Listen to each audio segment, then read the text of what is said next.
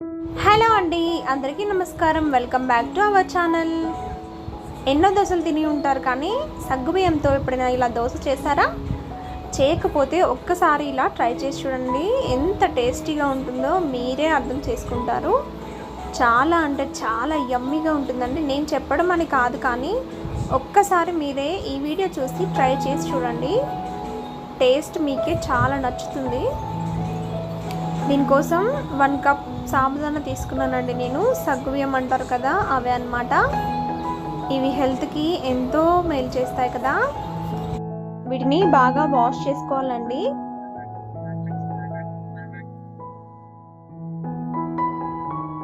ఇందులోకి కాసిన్ని వాటర్ పోసుకొని వీటిని ఒక 1.5 అవర్ కానీ 2 అవర్స్ కానీ నానబెట్టుకోవాలి. నానబెట్టడం వల్ల సగ్గుబియ్యం అనేది బాగా నానిపోయి మెత్తగా అవుతుంది. దీన్ని కాసేపు పక్కకు పెట్టుకోవాలి.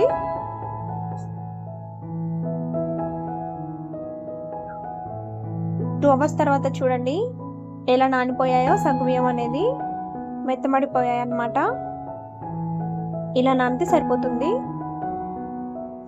ఇప్పుడు ఇలా నానిన సగ్గుబియ్యాన్ని మనం మిక్సీ పట్టుకోవాలి. దోశ బ్యాటర్ ఉంటుంది కదండి, ఆ విధంగా పట్టుకోవాలన్నమాట. వీటిని ఒక మిక్సీ జార్లోకి తీసుకుందాము. పేస్ట్ లాగా చేసుకోవాలి, స్మూత్ బ్యాటర్ లాగా. చూడండి నేను ఎలా చేసుకున్నానో ఈ విధంగా చేసుకోవాలి. స్మూత్ బ్యాటర్ లాగా అవ్వడానికి కాసిన్ని వాటర్ పోసుకొని మిక్సీ పట్టుకోండి, సరిపోతుంది.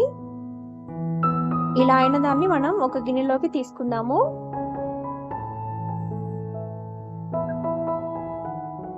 ఇప్పుడు మిగిలిన సగ్గుబియ్యాన్ని కూడా మిక్సీ పట్టుకుందాము.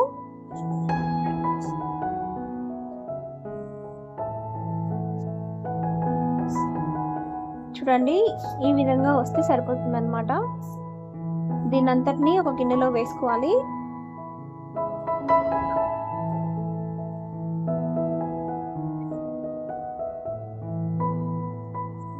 ఇప్పుడు ఇందులోకి మనం బొంబాయి రవ్వ ఉంటుంది కదండి, అది వాడుతున్నాము. 1 కప్ బొంబాయి రవ్వ వేసుకోవాలి. సగ్గుబియ్యం ఎన్ని కప్పులు తీసుకుంటే బొంబాయి రవ్వ కూడా అన్ని కప్పులు తీసుకోవాలండి. ఇదే సూజీ అంటారు కదా, అదే అన్నమాట. ఇందులో 1/2 కప్ పెరుగు కూడా వేసుకోవాలండి. వీడియో స్కిప్ అయింది, రాలేదు, కానీ మీరు వేసుకోండి. ఒకవేళ మీకు పులుపు నచ్చకపోతే పెరుగు వేసుకోకపోయినా పర్లేదండి, ఇలాగే వేసుకున్నా కూడా చాలా టేస్టీగా ఉంటాయండి. పెరుగు వేసుకుంటే టేస్ట్ అనేది ఇంకా పెరుగుతుందన్నమాట. ఇవన్నిటిని వేసుకొని బాగా కలుపుకోవాలి. ఇదంతా బాగా కలుపుకున్న తర్వాత ఇందులోకి మనం సన్నగా కట్ చేసుకున్న ఉల్లిపాయలు వేసుకోవాలి. అలాగే దీంతో పాటు మనం కాసింత పచ్చిమిర్చి ఉంటాయి కదండి, వాటిని కచ్చాపచ్చాగా దంచి వేసుకోవాలి. చూడండి ఇలాగ దంచి వేసుకోవాలి. మీరు ముక్కలుగా కట్ చేసుకొని వేసుకున్నా నో ప్రాబ్లం అండి. అలాగే కాసింత జీలకర్ర వేసుకోవాలి. అలాగే ఇందులోకి కొంచెం కొత్తిమీర వేసుకోవాలి. ఇవన్నీ వేసేసుకొని బాగా కలుపుకోవాలి. ఒకవేళ బ్యాటర్ అనేది మీకు గట్టిగా అనిపిస్తే కొంచెం వాటర్ పోసుకొని కూడా కలుపుకోవచ్చండి. ఇందులో సాల్ట్ వేసుకోవాలి. రుచికి సరిపడినంత సాల్ట్ వేసుకోవాలి. చూడండి నేను వాటర్ పోస్తున్నాను, కొంచెమే పోసాను నేను వాటర్ కూడా పోసుకున్న తర్వాత ఇదంతటిని బాగా కలుపుకోవాలి. ఈ దోశ బ్యాటర్ అనేది మరీ పలుచగా ఉండొద్దండి, అలాగని గట్టిగా కూడా ఉండొద్దు. ఈ విధంగా వస్తే సరిపోతుంది. ఇది కరెక్ట్ కన్సిస్టెన్సీ అన్నమాట. చూసుకొని మీరు వాటర్ వేసుకోండి. దీన్ని ఒక 15 నిమిషాల పాటు పక్కకు పెడదాము. ఈలోపు మనం దోశ కోసం టేస్టీ చట్నీ చేసుకుందాము. దీనికోసం ఒక ప్యాన్లో పల్లీలు వేసుకోవాలండి. వీటిని ఒకసారి బాగా వేయించుకుందాము. ఇవి కాస్త వేగిన తర్వాత ఇందులో కొంచెం జీలకర్ర వేసుకోవాలి. ఇది కూడా చిటపటలాడాలండి.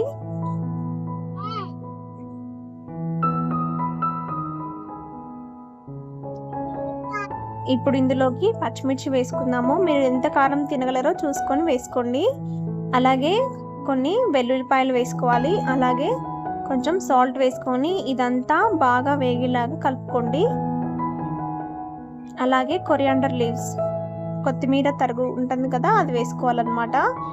ఇది కూడా వేసేసుకొని ఇలా మధ్య మధ్యలో కలుపుకుంటూ అంతా బాగా వేయించుకోండి. అంతా వేగిపోయిన తర్వాత దీన్ని మిక్సీ జార్లోకి తీసుకొని స్మూత్గా పేస్ట్ లాగా మిక్సీ పట్టుకోవాలి.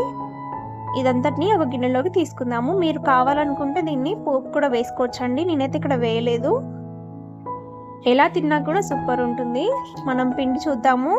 15 నిమిషాల తర్వాత పిండి అనేది బాగా నానిపోతుందండి. ఇలా అవుతుందన్నమాట. ఇప్పుడు స్టవ్ మీద దోశ ప్యాన్ పెట్టుకొని దాని మీద కొంచెం ఆయిల్ అప్లై చేసుకోవాలి.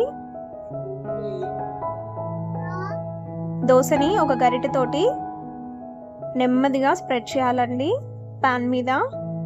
మనం నార్మల్ దోశ వేసినప్పుడు ఎలా స్ప్రెడ్ చేస్తామో అలా అస్సలు చేయకూడదు. అలా చేసినట్టయితే దోశ అనేది మంచిగా రాదండి. జస్ట్ అలా పోసి జస్ట్ అలా స్ప్రెడ్ చేయాలి. పైనుంచి కాసింత ఆయిల్ వేసుకోండి. ఇలా రెండు వైపులా బాగా కాలిన తర్వాత ఒక ప్లేట్లోకి తీసుకోవాలి. అంతే, ఎంతో టేస్టీగా ఉండే దోశ రెడీ అండి. మనం ఇంకొకటి వేసుకుందాము. చూడండి, నెమ్మదిగా ఇలా వేసుకొని జస్ట్ అలా స్ప్రెడ్ చేయాలి. అంతే, ఇలా చేసి వదిలేయండి.